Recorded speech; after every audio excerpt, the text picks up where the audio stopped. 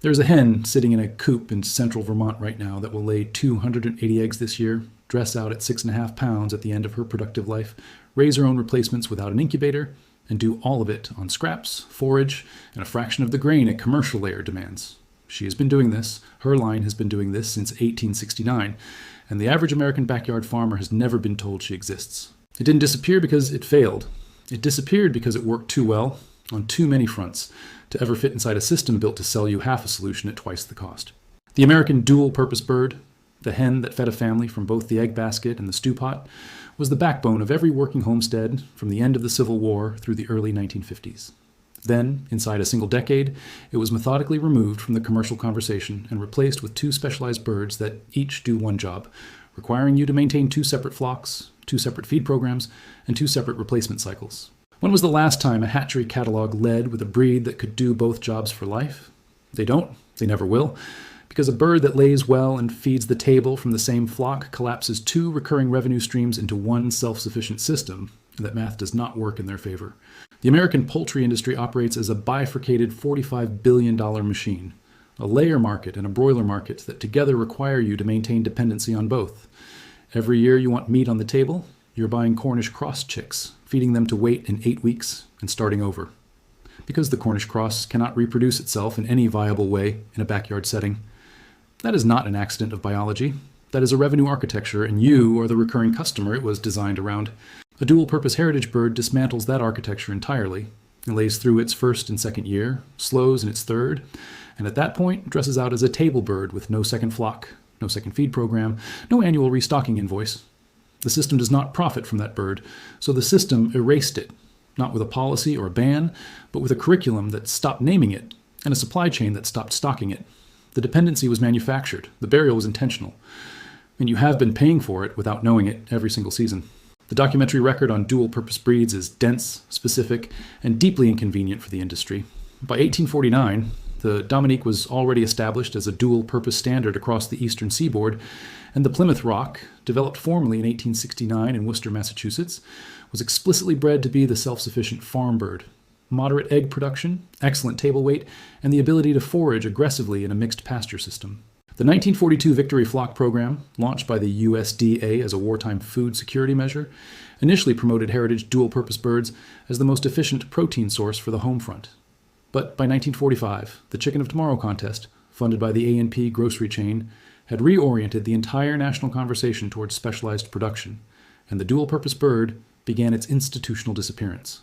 The 1949 Ohio Agricultural Experiment Station deep litter research documented the disease resistance and metabolic efficiency of heritage flocks managed on pasture, data that was published, filed, and never incorporated into extension service recommendations. The data was right there, gathering dust in university archives while the commercial pipeline was being built in the opposite direction.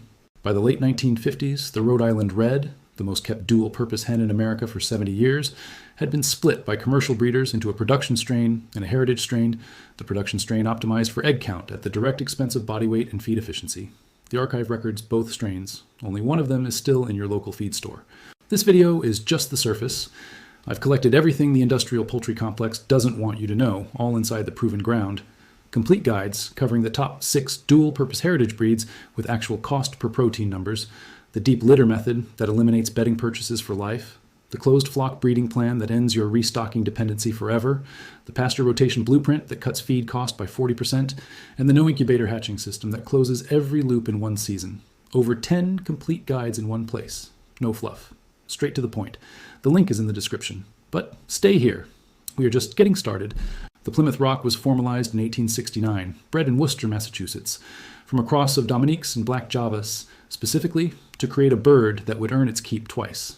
The barred rock hen weighs 7 to 8 pounds at maturity, lays between 200 and 280 large brown eggs annually, and can forage 30 to 40% of her own caloric intake on well-managed pasture. The barring on her feathers, those clean black and white stripes running stem to stern, is not a cosmetic trait, but a pattern that disrupts the silhouette recognition of hawks at distance, a documented survival advantage that commercial white leghorns categorically lack. When you lose a leghorn to a hawk, you call the hatchery. When a barred rock survives the hawk, she raises her own replacement. The industry buried the Plymouth Rock not because her production numbers were weak. They are not. But because a hen that lives 4 productive years, forages aggressively, and hatches her own succession cannot be monetized on a recurring cycle. She was erased not because she failed, but because she was too self-sufficient to profit from. If you've made it this far, you already know more about American dual-purpose breeding than 99% of the people writing homestead content online. What you're about to hear next is why the Rhode Island Red in your local feed store is not the Rhode Island Red that built American farms. The Rhode Island Red was developed in Little Compton, Rhode Island, beginning in the 1840s, refined through the 1880s, and formally admitted to the American Poultry Association Standard of Perfection in 1904. The Heritage hen runs 7 to 8.5 pounds, lays 250 to 300 large brown eggs per year in her first 2 seasons, and maintains body condition on range with a feed conversion efficiency that modern production strains cannot match across a full productive lifespan. Crack a Heritage. Rhode Island red egg from a bird on managed pasture, and the yolk does not sit flat. It domes up like a full moon rising, burnt amber, the color of something a painter mixed by hand. The 2007 Mother Earth News pastured egg study confirmed what every heritage farmer already knew. Pastured eggs carry 2/3 more vitamin A, twice the omega-3 fatty acids, 3 times the vitamin E, and 7 times the beta-carotene compared to commercial confinement eggs, and the 2010 Penn State University study confirmed those numbers independently. The commercial production strain Rhode Island Red was specifically selected away from these traits to maximize first-year egg count, the only metric that matters when you're selling chicks to someone who will restock every spring. The Heritage strain produces dramatically more value across years 2, 3, and 4, but only if you don't restock, and the industry's entire model requires you to restock. The Heritage Rhode Island Red was erased from mainstream availability because it was engineered for a self-sufficient flock. A self-sufficient flock does not restock. Stay with me, because what happened to the Sussex is the piece that makes the whole burial strategy visible. The Speckled Sussex was documented in British farm records as early as 1800, one of the oldest dual-purpose breeds in continuous agricultural use, brought to American homesteads in significant numbers by the late 19th century. The hen runs 6 to 8 pounds, lays between 240 and 260 large tinted eggs per year, and is the most cold-tolerant and foraging active of the 3 breeds profiled here, documented in multiple cold climate trials to maintain laying through temperatures that shut down production strains entirely.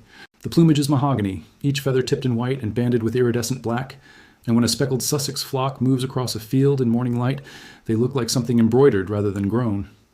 The Sussex was never widely commercialized in America, not because it underperformed. It consistently outperformed commercial layers in total 3-year protein yield per dollar of input, but because it could not be patented, could not be split into a specialized layer and a specialized broiler, and could not be made to require annual replacement. It was, in the language of the industry, unsellable. So it was simply excluded from the catalogs, from the extension bulletins, from the forage curriculum, from the conversation, until an entire generation of farmers forgot it had ever existed. That is how a birthright disappears, not with a ban, with a silence. The dual-purpose bird that built American homesteads for 80 years was not retired because it was obsolete. It was sidelined because it made too many purchases unnecessary. And an industry built on recurring dependency cannot survive a bird that closes its own loop. The Plymouth Rock, the Heritage Rhode Island Red, the Speckled Sussex, the archive on all 3 sites in university extension files, in breed registry records, in the American Poultry Association's own historical documentation. It was never hidden. It was just made invisible by a system that had no profit motive to keep it visible. The knowledge didn't die. It was waiting, and now it is here. Picture 1. Speckled Sussex hen standing at the edge of a frost-covered field in November, her mahogany and white feathers ruffled against the cold, already moving toward the tree line to forage while the commercial flock 40 miles away sits under heat lamps, drawing power from a grid, eating feed from a bag, waiting on a restocking invoice already in the mail. That is the image the industry spent 70 years making sure you never had. Share this with every person still paying that invoice, not as a recommendation, but as restitution. Every flock built from what you learned here is a transaction they will never collect.